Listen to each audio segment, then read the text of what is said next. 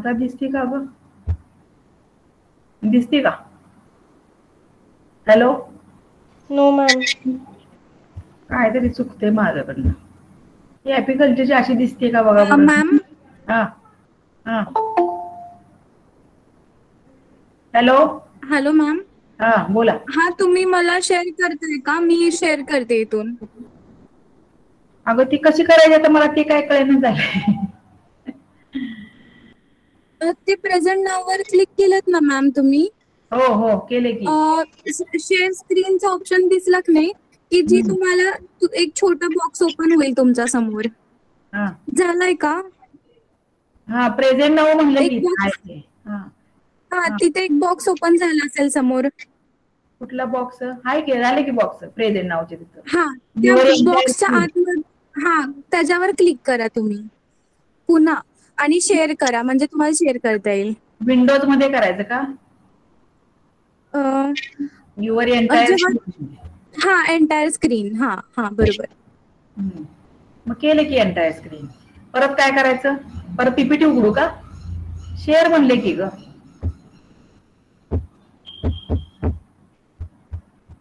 आम्हाला नाही दिसत आहे ना पण. हो तुम्हाला दिसत नाहीये असं झालंय. तुम्ही आम्हाला जे शेअर केलंय तेच आहे का खालचं ॲपिकल्चरचं? आता झाली मॅम शेअर. हा झाली झाली झाली शेअर. झाली व्हय बर. हा तर दिसते का आता तुझ्या?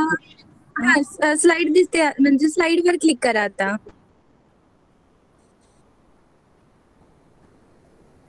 जी ॲपिकल्चरची आहे ना ती ओपन करा. हा झाली ओपन. झाली दिसते का आता? हा आता पहिलीच आहे. हा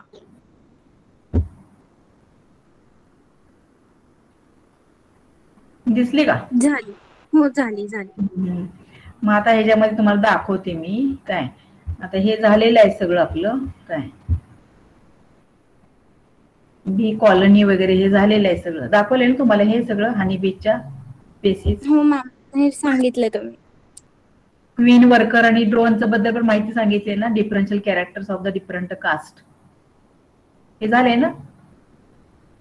हो.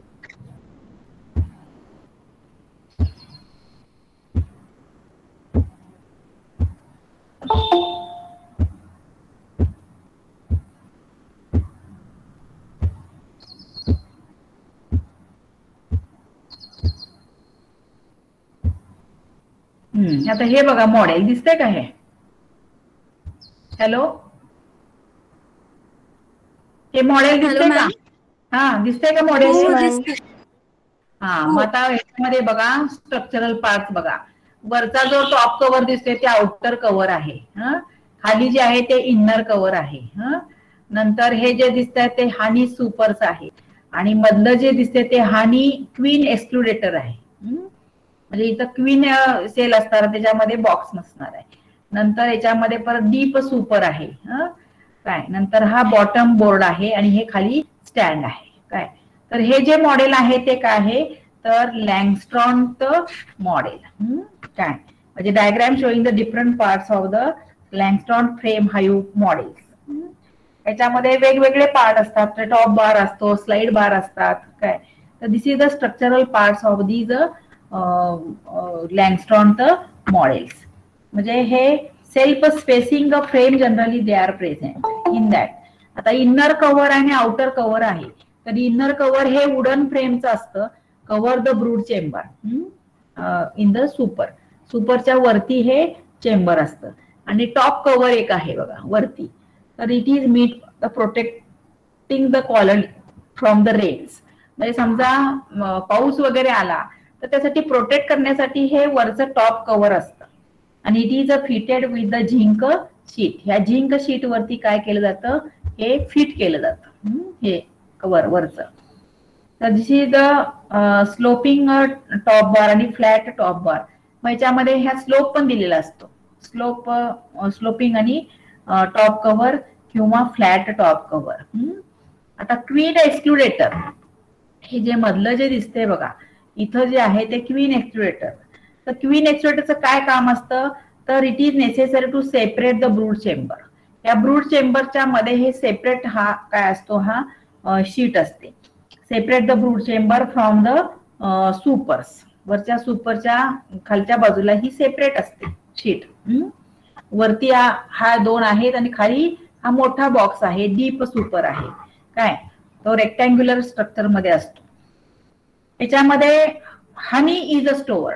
या इथं काय केलं तर क्वीन एक्सट्रुडर मध्ये honey generally they become store आणि this is made with the help of the zinc और the wire gauze frame with.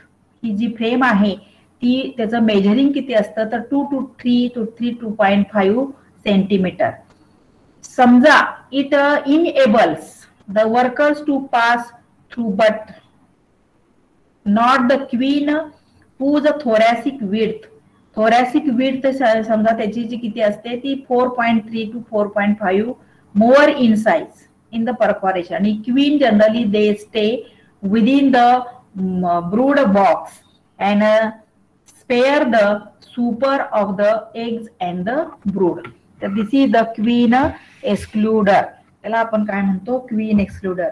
म्हणजे हे जे queen excluder it is an equipment which is a helpful to keep the queen in a particular portion of the hive. त्या hive मध्ये particular portion मध्ये ही queen काय झालेली असते एक्सक्लुडेट केलेली असते. आता queen excluder can separate brood chamber from honey chamber. या हनी चेंबर मध्ये 2 चेंबर असतात त्याच्यामध्ये ही सेपरेट असते आणि it is perforated by the zinc sheet mounted on the wooden frame. आता ही जी वुडन फ्रेम आहे the size of the pores is 3.5 mm. And the queen bee is prevented from passing through it. This is the which is commonly called as the queen excludator. त्याला आपण काय म्हणतो queen एक्सक्लुडेटर. तर हे जे आहे हे डीप सुपर भाग आहे. तर deep super generally it is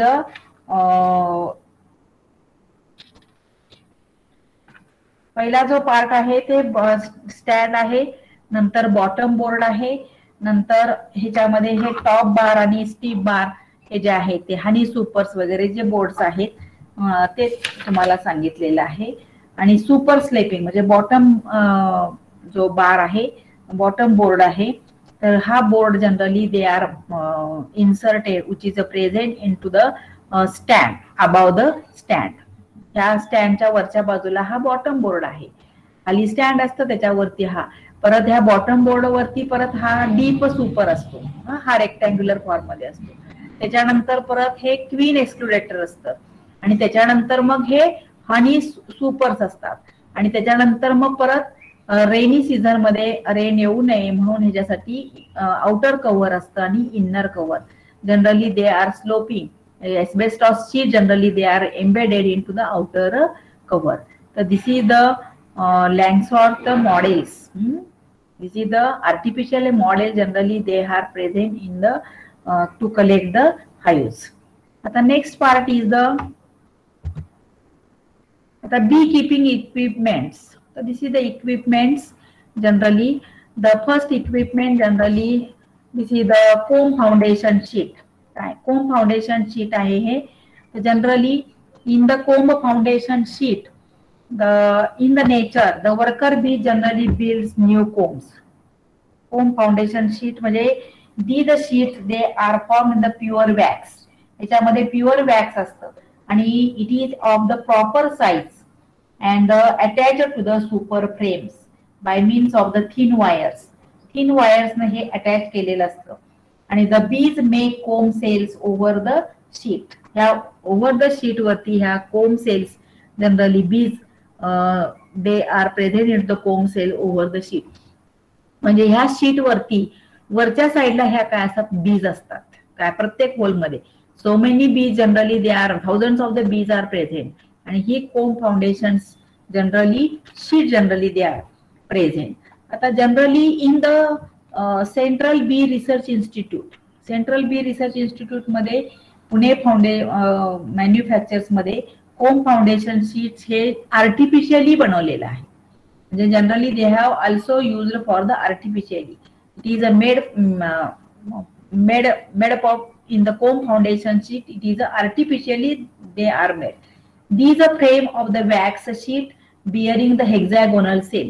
या वॅक्स शीट मध्ये हेक्झॅगोनल सेल्स असतात आणि impressions is held by the couple of the wires in a vertical position. Vertical position मध्ये हे फॉर्म मध्ये असतं आणि along the with the margins of the every hexagonal mark the bees start making the wall.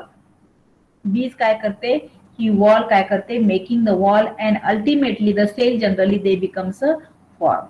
And this each sheet with the impression of the hexagonal mark which is also known as the comb foundation sheet. त्याला आपण काय म्हणतो, comb foundation sheet. ही कशासाठी असते comb foundation sheet?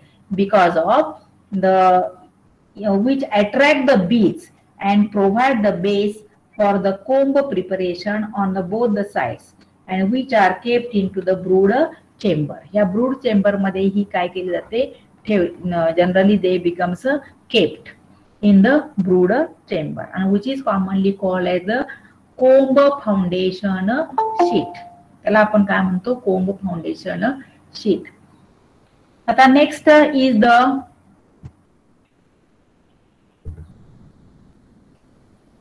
This is the मधमाशीची पेटी आहे बघा. ही काय स्मॉल साईज मध्ये असतात ह्या. outer cover, inner cover, extracting super, queen excludator, brood chamber, bottom board आणि hive stand. So this is the structural parts of the generally they becomes present. This is the honey extractor. ही जी diagram आहे ती honey extractor आहे. नंतर next जे आहे हे बी कीपिंग इक्विपमेंट्स आहेत. आता बी कीपिंग इक्विपमेंट्स मध्ये जर दिस इज द स्मोकर, हे जे डायग्राम दिसते ते स्मोकर आहे. नंतर हे जे आहे ते हाईव टूल आहे, हे दाखवले ते हाईव टूल आहे. नंतर अनमॅपिंग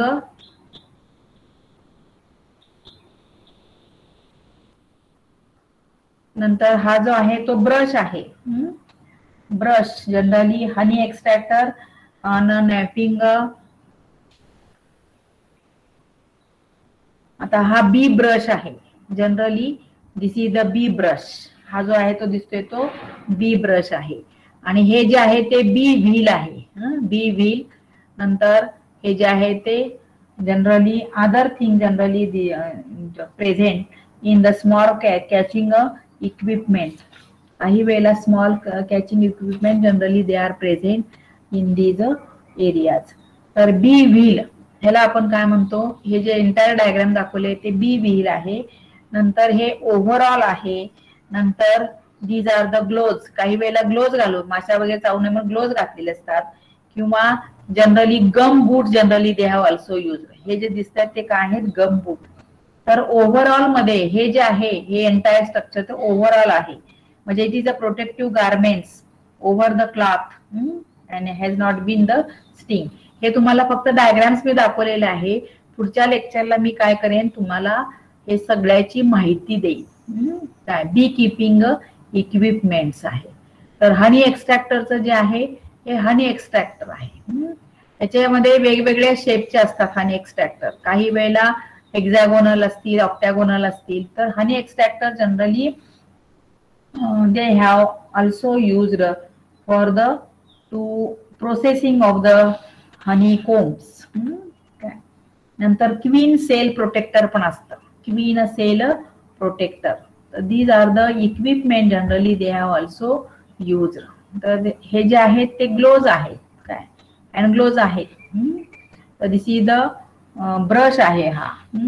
तर दिस इज द स्मोकर. हा जो दिसतोय तो काय आहे, स्मोकर आहे. नंतर हे जे आहे ते बी ग्लोव्ज आहेत. हे बी ग्लोव्ज आहेत. नंतर बूट्स आहेत. हे जे दिसत आहेत ते बूट्स आहेत. नंतर बी ब्रश. हा जो आहे तो बी ब्रश आहे. काय आणि नंतरच हे जे आहे हाईव टूल आहे. हे जे दिसते ते काय आहे, हाईव टूल आहे. आणि अनकॅपिंग नाईफ पण असते. Uncapping knife generally they are present. तर this is the bee keeping equipments and the explanation generally they are takes place. हे समजलं का तुम्हाला, तर नाही समजलं? Hello hello ma'am. हा, हे मी आता दाखवलं. समजलंय. पुढच्या वेळेला समजा एखाद्याला स्लाइड जर ओपन झाली नाही तर हे यासाठी मी तुम्हाला हे दाखवलेलं आहे. पण झाली स्लाइड ओपन. काय म्हणजे नावं लक्षात ठेवा हो तुम्ही. मॅम. काय हा जो आहे तो येस मॅम. म्हणजे हे जे आहे हे पूर्ण स्ट्रक्चर दिसते की नाही, हे ओव्हरऑल स्ट्रक्चर आहे. म्हणजे protective garments to the cloth किंवा बीज कॅनॉट गेट. म्हणजे स्टिंग असते, ही स्टिंग आपल्या शरीराला चावू नये किंवा इजा होऊ नये म्हणून हे काय केलं जातं, प्रोटेक्शनसाठी घातलं जातं. म्हणून त्याला म्हणतो ओव्हरऑल. त्याला ओव्हरऑल म्हणतो. आणि हे जे बाकीचे आहे अननॅपिंग नाईफ म्हणजे सुरी पण असते. काय नंतर बी व्हील म्हणजे काय, तर हे जो पोर्ट दिसतोय हा बी व्हील. काय ह्याच्यावरती एक जाळी असते वरती पुढं. काय आणि हे पूर्ण असं टोपी सारखं दिसते, त्याला बी व्हील म्हणतो आपण. काय फॉर द प्रोटेक्शन. नंतर हा ग्लोव्ज आहेत, हे जे आहे ते बी ग्लोव्ज, हे ग्लोव्ज आहे. हे जे दिसते ते स्मोकर आहे, हे स्मोकर आहे. नंतर हा जो दिसतो तो बी ब्रश आहे, हा बी ब्रश आहे. आणि हे बी त्याला बी व्हील किंवा हाईव टूल म्हणतो आपण. This is the structure of the hive tool. आणि हे जे आहेत ते बूट्स आहेत. काय तर दिस इज द इक्विपमेंट्स, म्हणजे this is the other equipments. and the main two equipments, there are two models are present, Newton's model आणि Langston's models. आता न्यूटन्स मॉडेलची डायग्राम मी नाही दाखवलेली, पण डायग्राम्स मी पुढच्या लेक्चरला मी काय करेन त्याच्या डायग्राम्स अपलोड करेन. काय या पीपीटी मध्ये. तुम्हाला बाकीच्या नोट्स मिळाल्या का? हो मॅम. हा आता टॅलेंट बॅच आणि प्रोग्रेसिव्ह बॅच त्यासाठी तुम्हाला एमसीक्यूज पण आहेत, साधे साधे क्वेश्चन्स आहेत. काय वर्कर बीज कसे असते, काय नंतर ड्रोन्स म्हणजे काय, हानी म्हणजे काय, तर हे असे साधे सोपे सिंपल क्वेश्चन्स आहेत.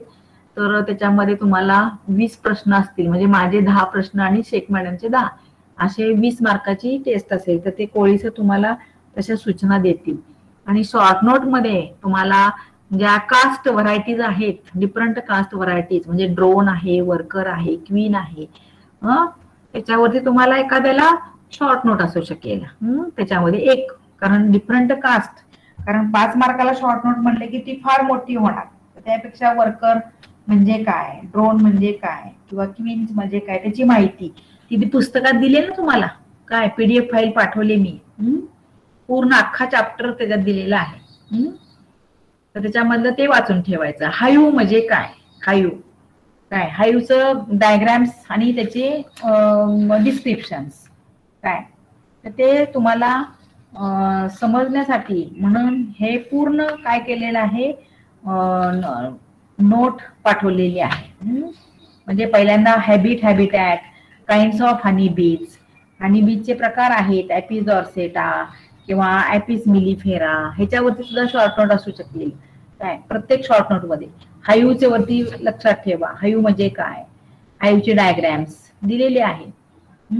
ते डायग्राम्स आणि त्याचं डिस्क्रिप्शन्स असं लिहायचं. आणि कास्टच्या व्हरायटी ज्या आहेत त्या म्हणजे क्वीन, वर्कर आणि ड्रोन्स, तर त्याच्यामध्ये माहिती दिलेली आहे.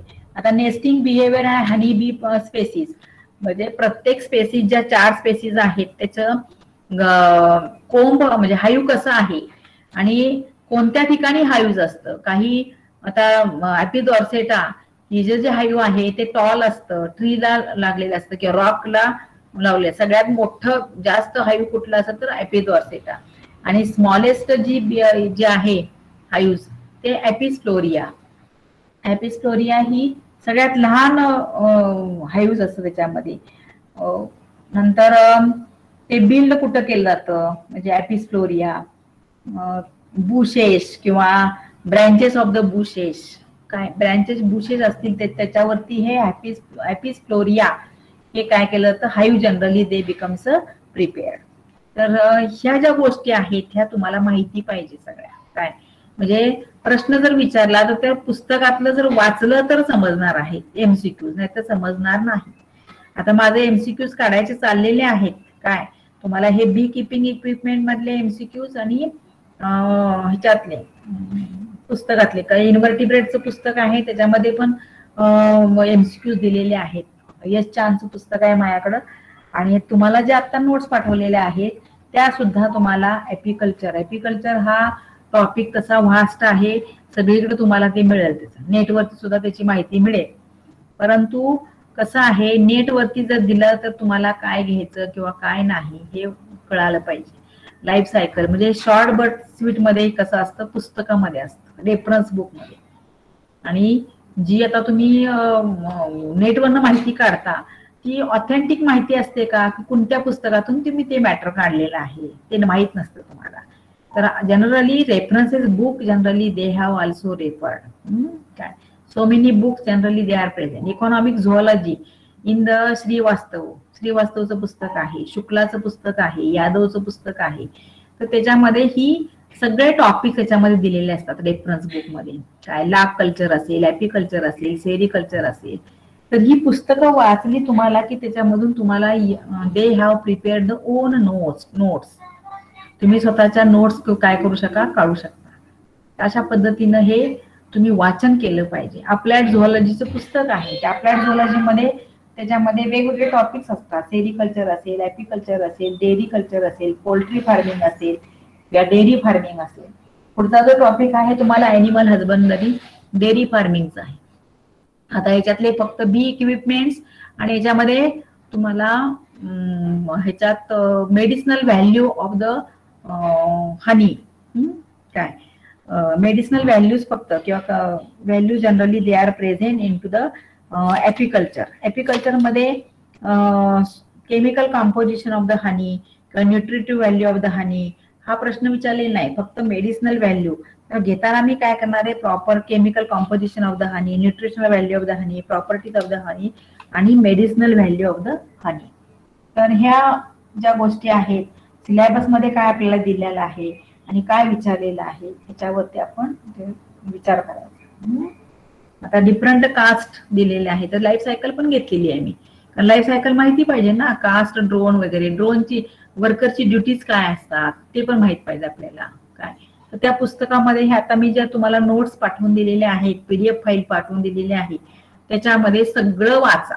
काय आणि परीक्षेच्या वेळेला तुम्हाला हे जे आता प्रश्न दिलेले आहेत तर ॲपिस डॉर्सेटावरती एखादी शॉर्ट नोट असेल किंवा ॲपिस फ्लोरिया, ॲपिस मिलिफेरिया, काय ॲपिस इंडिका याच्यामध्ये, कारण काइंड्स ऑफ द हनी बीज. काइंड्स ऑफ हनी बी म्हणलं की चारही टाईप तुम्हाला तिथे लिहावे लागतील. आणि नुसतं बी हाईव्ह विचारतं, बी हाईव्ह वरती माहिती विचारायची, किंवा वर्कर वरती विचारतं, वर्कर वरती. कास्ट म्हणलं की तिन्ही प्रकार आले त्याच्यामध्ये, ड्रोन्स, वर्कर आणि क्वीन.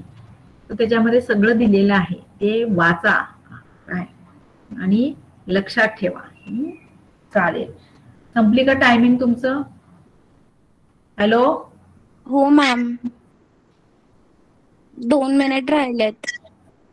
अजून काय तुम्हाला डिफिकल्टी आहे का? नाही मॅम.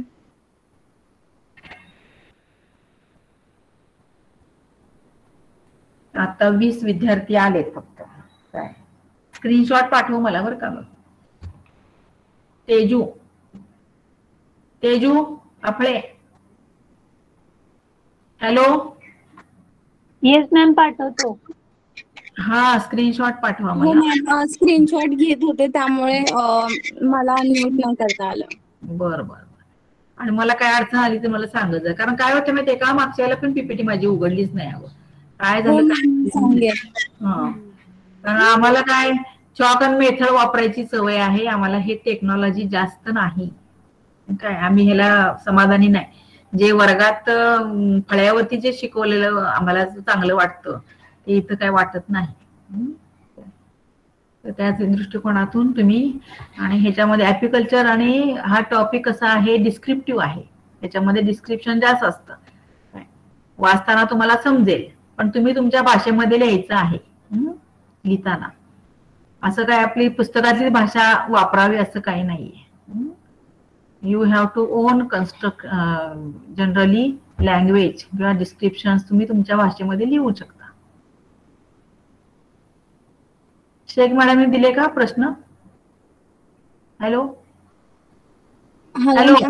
मॅम, काल त्यांनी नोट्स दिले आणि मे बी प्रश्न देतील, नाहीतर ते म्हणलेत की नोट्स रेफर केले तरी चालतील.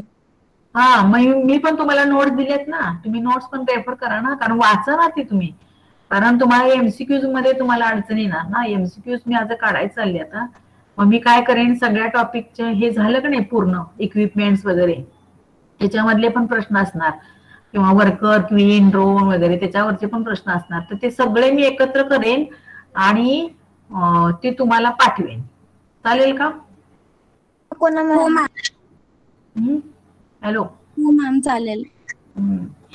कारण काय, आता तुमचं एमसीक्यू वरतीच भर जास्त द्या आणि बाकीचं हे रेफरन्स साठी तुम्हाला वाचलंच पाहिजे ना. कारण एमसीक्यू मी दिले तर त्यातले जर समजा तुम्हाला उत्तर दिली की तुम्हाला काहीच कष्ट पडणार नाहीत, असं होणार आहे की नाही. तर ते हातानं लिहिल्यापेक्षा मी टाईप करते आणि टाईप करून मग तुमच्या पीडीएफ फाईल मध्ये टाकते. चालेल का?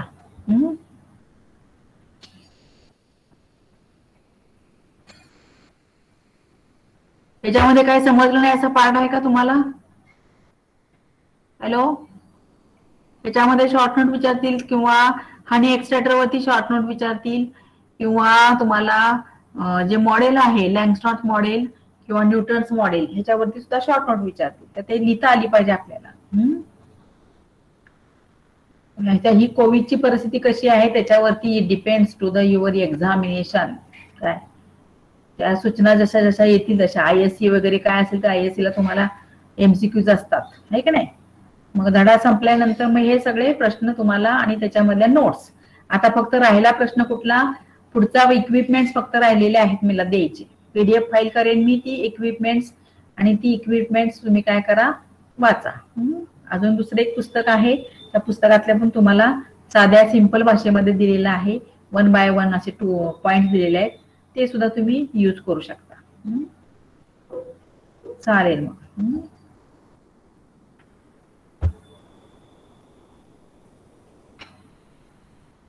दिसते का? हो मॅम. चालेल मग. लिहू होते मग मी.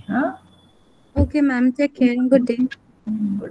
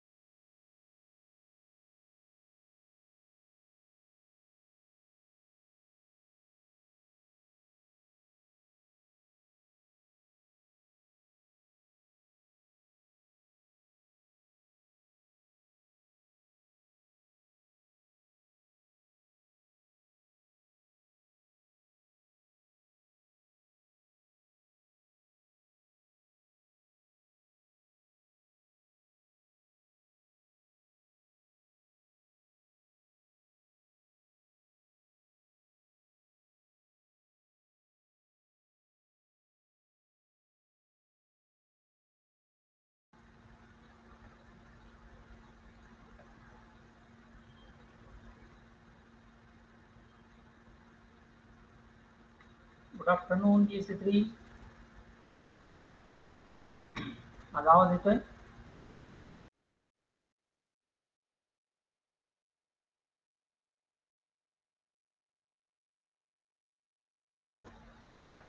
हॅलो GC3, माझा आवाज येतोय का? हो सर, येतोय आवाज. बरं. Yes sir. ओके.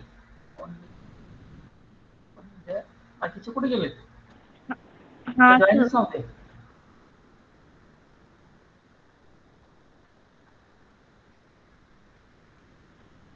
जॉईनच झालेले नाहीयेत वाटतं, आहे ना? कॉमन होते सर अगोदरच्या लेक्चरला, आता डिप झाले. हा, ब्रेक मध्ये गायब झाले. बरं.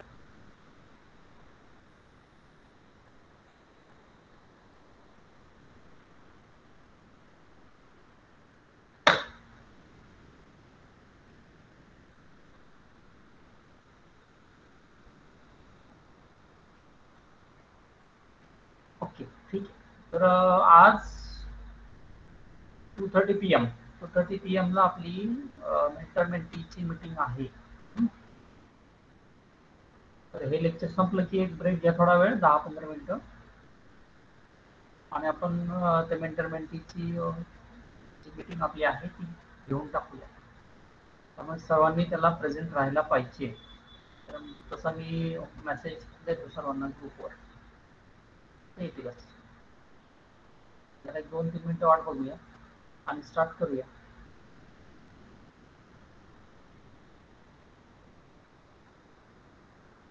तोपर्यंत कोणीतरी मेसेज टाका बरं, जॉईन करा, असं जॉईन होतील सर्वजण. ब्रेक संपला असेल तर इथे जॉईन व्हायला लागलेत बघा.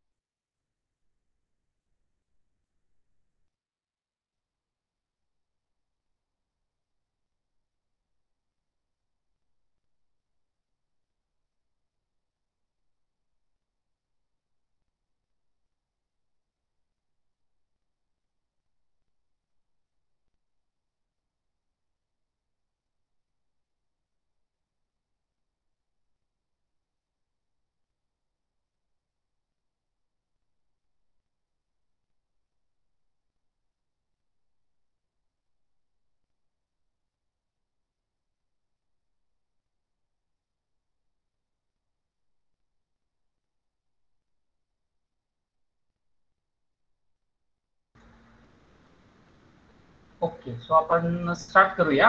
एक छोटासा टॉपिक आपला तेवढा राहिलाय की आपण so in our last lecture we have started with the flea as an important insect vector, right? Last lecture आपण जे flea जे आहे as a very important insect vector, and what about the fleas, the morphology of the flea, right? म्हणजे external characters आपण बघितले. What about the male female flea, how they reproduce, and after that आपण काय बघितलं तर the life cycle of the flea, फ्लियाची जी काही लाईफ सायकल आहे डिटेल आपण ते सर्व बघितलं. And after that the about the host specificity, इथेपर्यंत आपण या युनिट 2 मध्ये बघितलेलं आहे, right? So first of all, let me share my screen.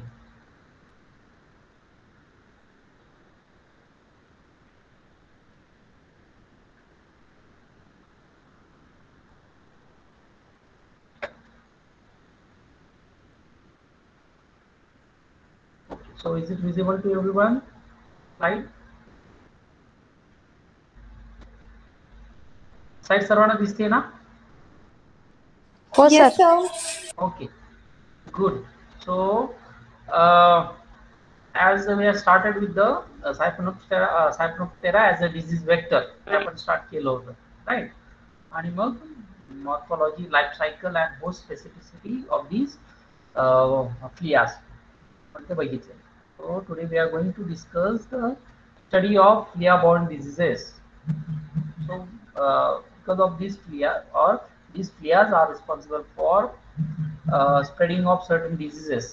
For example, the plague or the typhus fever, है ना, असे काही महत्त्वाचे डिसीज जे आहेत. So these fleas are the vector. They simply transmit the pathogens. Let's say, for example, the bacteria which are responsible for causing of these diseases like plague and the typhus fever. Okay, so या फ्लिया खूप महत्त्वाचा role play करतात for the spreading of the pathogen, the bacteria of this number of diseases. So today we are going to discuss about the plague, right? आता plague जो आहे तो तुम्हाला सर्वांना माहिती आहे. मागे अर्ली इन द 19th सेंचुरीच्या स्टार्टिंग मध्ये the plague disease called as a black death, त्याला ब्लॅक डेथ असं म्हटलं होतं. आणि आता जसं कोविडचं पॅन्डेमिक आलंय तसंच पॅन्डेमिक जे आहे ते प्लेगचं आलं होतं.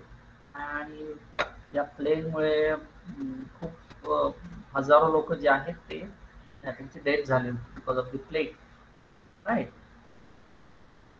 हे माहित असेल युरोपमध्ये त्याचं मागे खूप मोठा पॅन्डेमिक आला होता, right? So the most important thing is that the bacteria which causes the plague is called as the Yersinia pestis. Yersinia pestis is the bacteria which is responsible for the disease plague, right? So it is a gram-negative Phocobacillus which which is the positive agent of the plague, right? And this plague is mostly transmitted. This Yersinia pestis bacterium is transmitted by the fleas. यांच्या काही फ्लियाज ज्या आहेत these are the vector. आणि या फ्लिया ज्या आहेत त्या they are mostly found on the number of rodents. म्हणजे फॉर एक्झाम्पल आपले ब्लॅक रॅट असतील किंवा इतर डोमेस्टिकेटेड ॲनिमल जे असतील त्यांच्या फर मध्ये या ज्या राहणाऱ्या ज्या फ्लियाज आहेत तो this flea transmit this bacteria to the human being. आणि मग पुढे त्याचं स्प्रेडिंग जे आहे ते होत गेलं, right? So these Yersinia pestis causes 3 pandemics. आतापर्यंतच्या मोठ्या मोठ्या 3 पॅन्डेमिक ज्या आहेत त्या या प्लेगच्या आलेल्या आहेत. And it's called the black death. त्याला ब्लॅक डेथ म्हणून असं. Okay, so And this Yersinia pestis is a bacterium. It is from the family Enterobacteriaceae. माहित असेल तुम्हाला, the family of the bacteria, Enterobacteriaceae, right? So these are somewhat Cocobacillus. They are highly contagious. Okay, so now what is the major role of flias? जसं आपण आता म्हटलं की these are the causative, these are the insect vector of this Yersinia pestis, छोट्या bacteria आहे. आणि मग आपण we already discussed with the life cycle. Simply added, then deposit the eggs. Eggs are simply hatched into larvae, then the pupa, and these the wingless insect, that is flea. Now these fleas later on त्यांचे जे काही as a ectoparasite, they live as an ectoparasite on the number of rodents, which includes the black rat. आणि मग आधी जी hygienic condition नसायची, घरात खूप rats असायचे, त्या ठिकाणी simply there is another enzootic cycle which is completed on these infected rodents. आणि मग इन्फेक्टेड रोडेंट्स जे आहेत त्यांच्या ब्लड मध्ये obviously if there is the presence of this Yersinia pestis bacterium, and if this our flea bites the rat, they simply taken up these bacteria from the rat, and when these flea, when they bite the human being, they simply transmit these bacteria to the human body. So how so this is how this Yersinia pestis bacterium comes to the human being, and after that it causes the plague. आता बऱ्यापैकी आता plague काही आपल्याला एवढं दिसत नाही, जवळजवळ तो इरॅडिकेट झाला बिकॉज ऑफ हायजेनिक कंडिशन्स आता मेंटेन केली जातात सगळीकडे. रॅट वगैरे जे आहेत ते घरात एवढे नाही म्हणजे नसतातच. कंट्रोल मेजर आता सर्व तेवढे लोक अवेअर झालेले आहेत. So this is how it get transmitted from the number of rodents to the human being, and it causes the plague. And there are types of plagues. Plagueचे पुन्हा types आहेत ते आपण in detail बघणार आहोत. So this is how the flea plays a very important role as a vector, transmit the bacteria from the rodents to the human being, and then there is the plague. And after that, after the infection of this bacteria, then later on there is a human to human transmission also of this bacteria, and which causes the plague which causes the epidemic at that time, right? Okay, now the question is, what is plague? First of all, so the plague, it was a serious bacterial infection that can be deadly, and होताच deadly. Thousands of the patients आहेत at that time in that pandemic, त्याची death झाली. So sometimes it refers to as a black plague, or it is also called as a black death. है ना, black death असं म्हटलं जातं, because there is a necrosis of the tissues.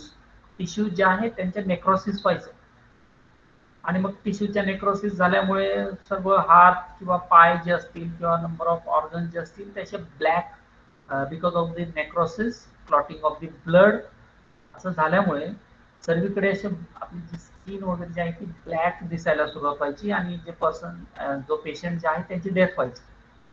म्हणून या प्लेगला at that time black death असं म्हटलं जायचं. So the disease is caused by the bacterial strain Yersinia pestis, जसं आपण आता सांगितलं. This bacterium is found in the animals throughout the world, and it is usually transmitted to the human through the fleas, right? So the risk of plague is the highest in area that have poor sanitation. जिथे poor sanitation आहे ते प्लेगचा risk खूप असायचे. as well as when there's a overcrowding and a large population of the rodents in their home, किंवा मग त्यांचे किंवा जे काही आजूबाजूला जो काही परिसर असायचा तिथे रोडेंट्स जर खूप जास्त असले ना तर त्या ठिकाणी प्लेगचा आधी. So in medieval times, the plague was responsible for the death of millions of people in the Europe. You know? So today there are only 1,000 to 200 cases reported worldwide, and it is somewhat very rare nowadays. So 1,000 to 200 cases reported worldwide each year. So with the highest incident in the Africa, अजून सुद्धा आफ्रिकामध्ये plague जो आहे त्याच्या cases जे आहेत ते reported होतात.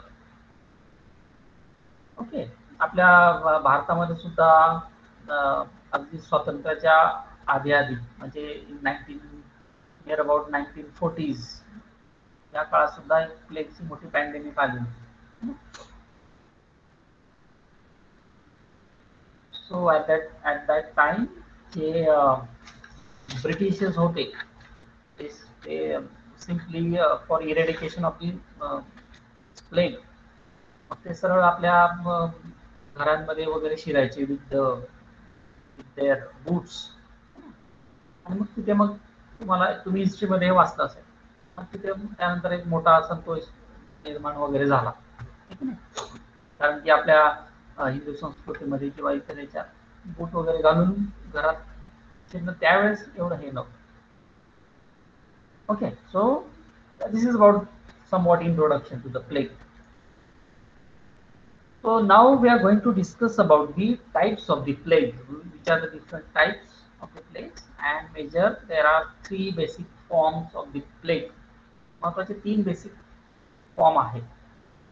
मध्ये जर माझा माईकला प्रॉब्लेम आला तर मला कोणीतरी सांगा, आवाज जातो मध्ये मध्ये. So there are 3 basic form of the plague. Right. So first one is called the bubonic plague. सर्वांनी ऐकलेलं असणार आहे bubonic plague. So this bubonic plague is the most common form of the plague, right? And it is usually contracted when the infected rodent or the flea bites you. है ना? हा simply transmit कसा व्हायचा bubonic plague? Either the black rat or the flea when bites directly to the human being, and it is simply transmitted these Yersinia pestis bacteria to the bloodstream of the human being. So in very rare cases you can get the bacteria from the material that has come in contact with the infected person. म्हणजे हा simply असा transmit होत नव्हता through the airborne वगैरे. ब्युबॉनिक plague जो आहे तो airborne नव्हता हा type.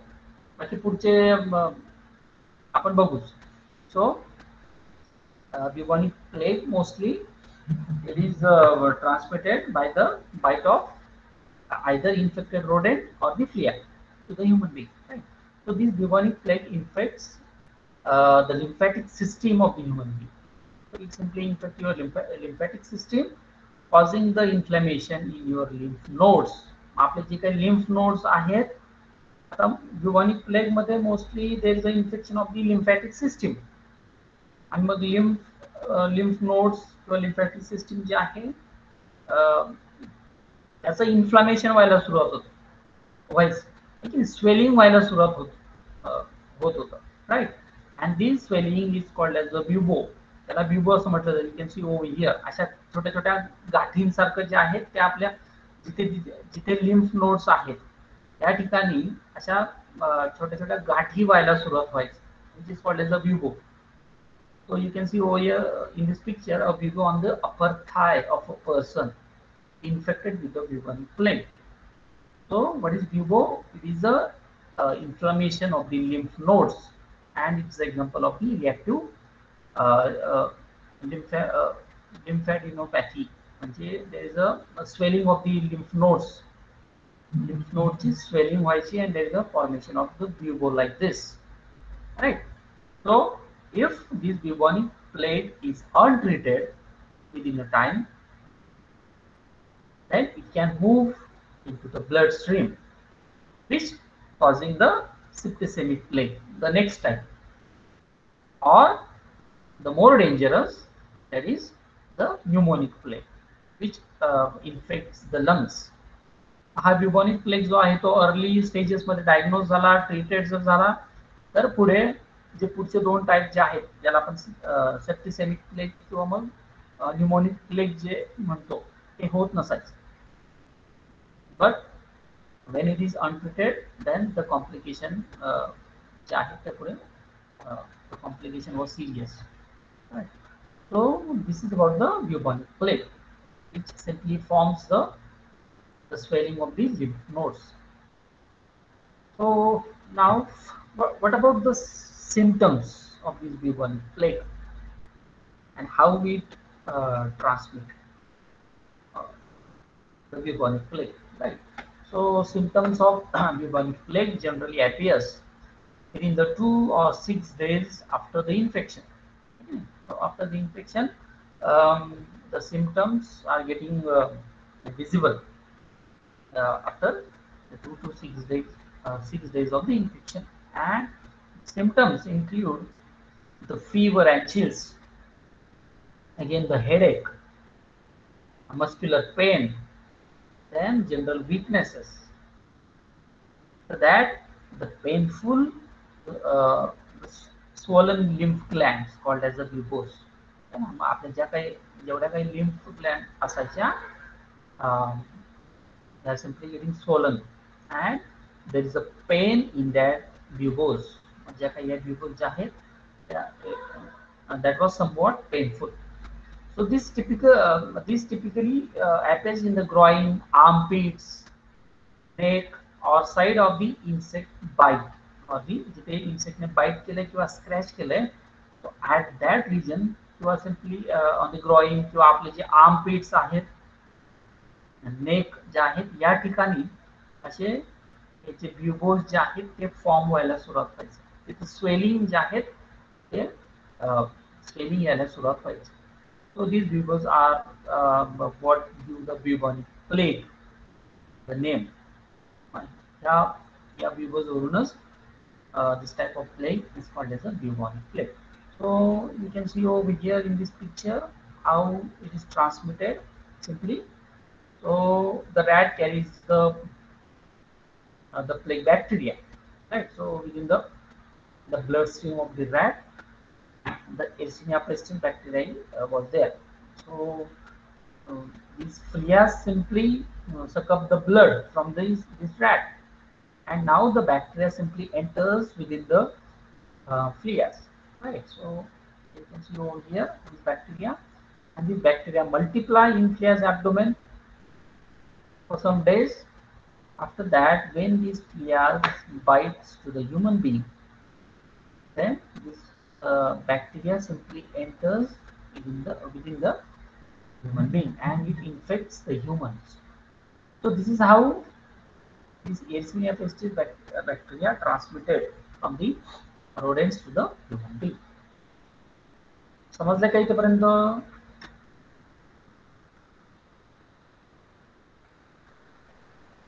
Any questions up to this? Any questions? No, sir. Okay, good. ठीक है, आपण पुढे जाऊया. Okay, so this is about the bubonic plague. And see, you can see over here the swollen and tender painful lymph nodes. You can see over here. These are the buboes. असे buboes जे आहे ते पुढे appear व्हायला सुरुवात होतात. And there are somewhat the flu-like symptoms, fever, chills, एक आहे. आणि मग it is untreated, then it goes up to the bloodstream and then up to the lungs, and it causes the pneumonia. आणि मग pneumonia मुळे पुढे मग sudden death ज्या आहेत त्या व्हायच्या. Okay.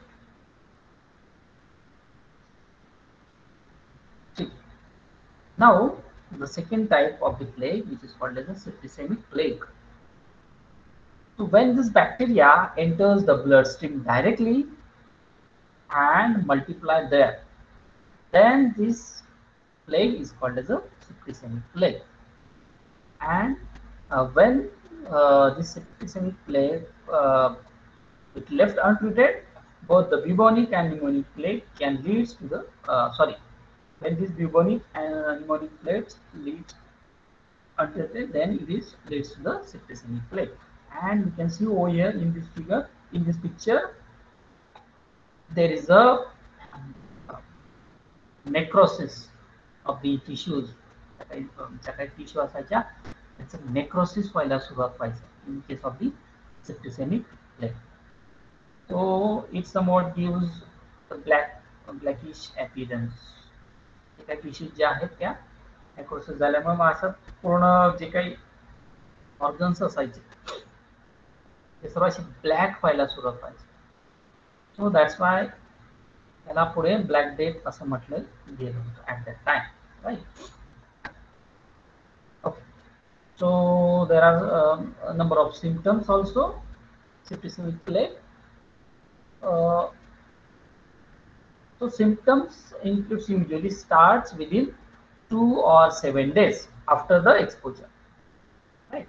And but the septicemic plague can lead to the death before symptoms even appear, right? So there are, you can see over here the number of symptoms which includes the abdominal pain, diarrhea, nausea and vomiting, fever and chills, extreme weakness, then the bleeding.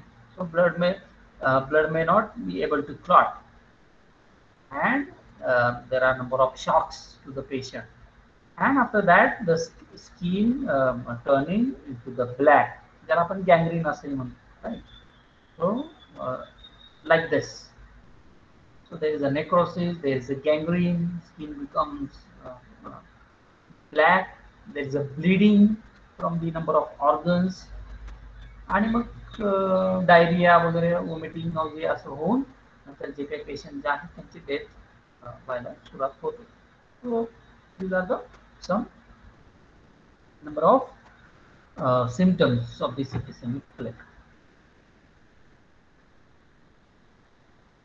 Then the pneumonic plague. It is simply related with the infection of the lungs. Lungs आहेत त्याचं पुढे infection third stage मध्ये व्हायचं, right? So when the bacteria spread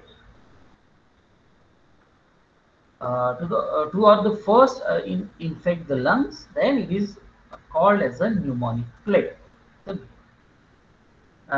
So it is the most lethal form of the disease. Plague मधला हा pneumonic plague जो आहे, it is one of the very dangerous and it's one of the very lethal form of the plague.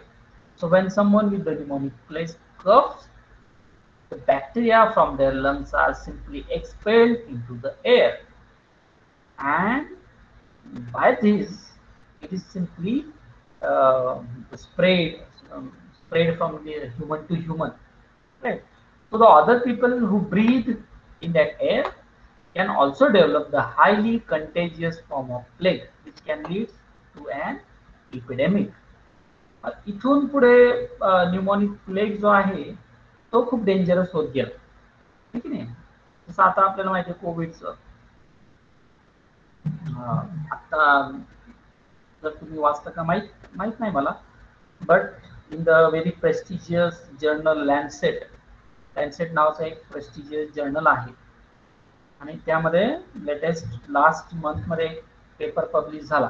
त्यात त्यांनी सांगितलं की Covid is a airborne infection.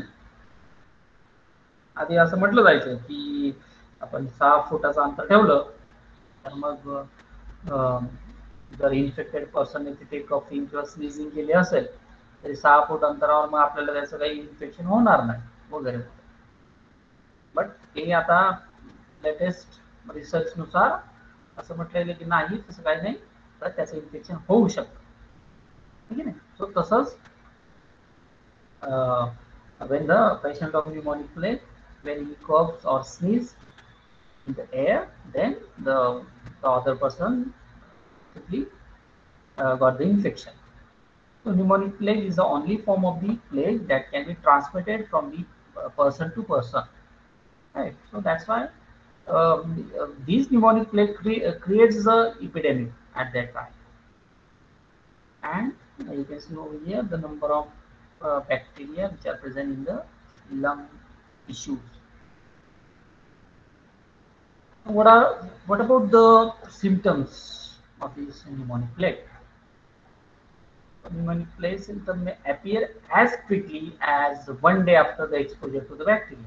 एकच दिवसात, after 1 day to the exposure of this bacteria. And the symptom includes the breathing trouble, chest pain, cough, and fever, headache, overall general weakness, and the bloody sputum. So saliva and mucus or the pus from the lungs. Lungs मध्ये जे काही mucus किंवा pus झालेला असायचं after the infection of the bacteria. So the sputum was somewhat bloody असायचं.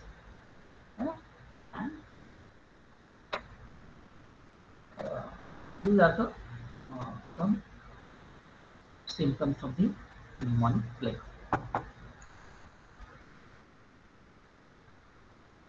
Now, how this plague is diagnosed?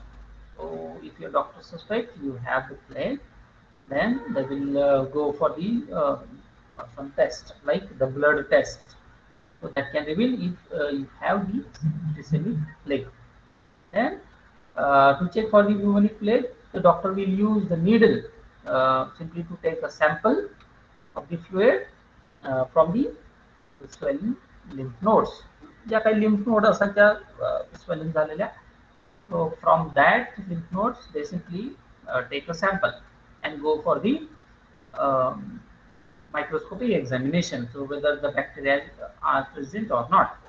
And to check the pneumonic plague, the fluid will be extracted from the airways by a tube that is inserted down the nose or mouth of the patient and up to the throat. This is called as a bronchoscopy. Bronchoscopy असं म्हणतो. So the sample will be sent to the laboratory for the analysis. The primary result may be ready in just 2-3 hours, but the confirmatory testing takes 24 to 48 hours. आणि मग simply जर detect झाला bacteria in the microscopic examination, so then the treatment will begin simply with the antibiotics, right? Okay, so this is somewhat the what is plague, what are the types of different plague, and simply how we transmitted from the rodents to the human being. This. Okay.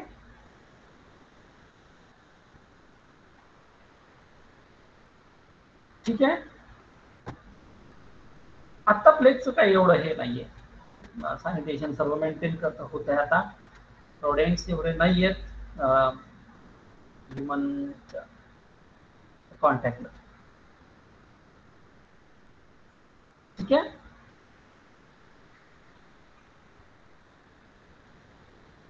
So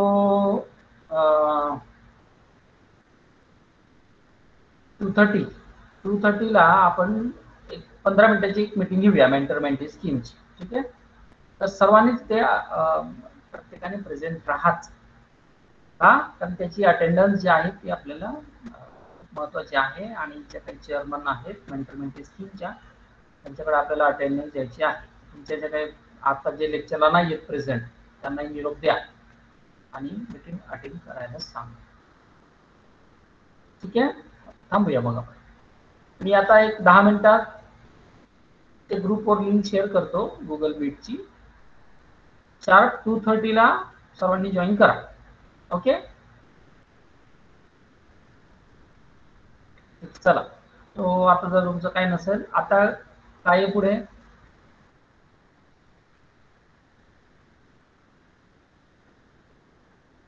आता पुढे काय कसलं lecture नाहीये ना? No sir. Okay. So 1 by 1 left व्हा, म्हणजे मला classroom मी बंद करतो.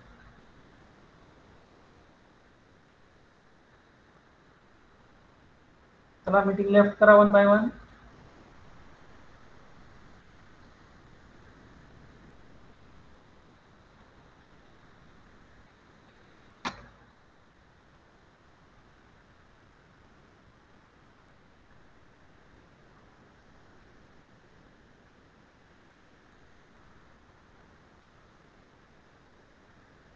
वृषाली, अक्षदा लेफ्ट व्हा.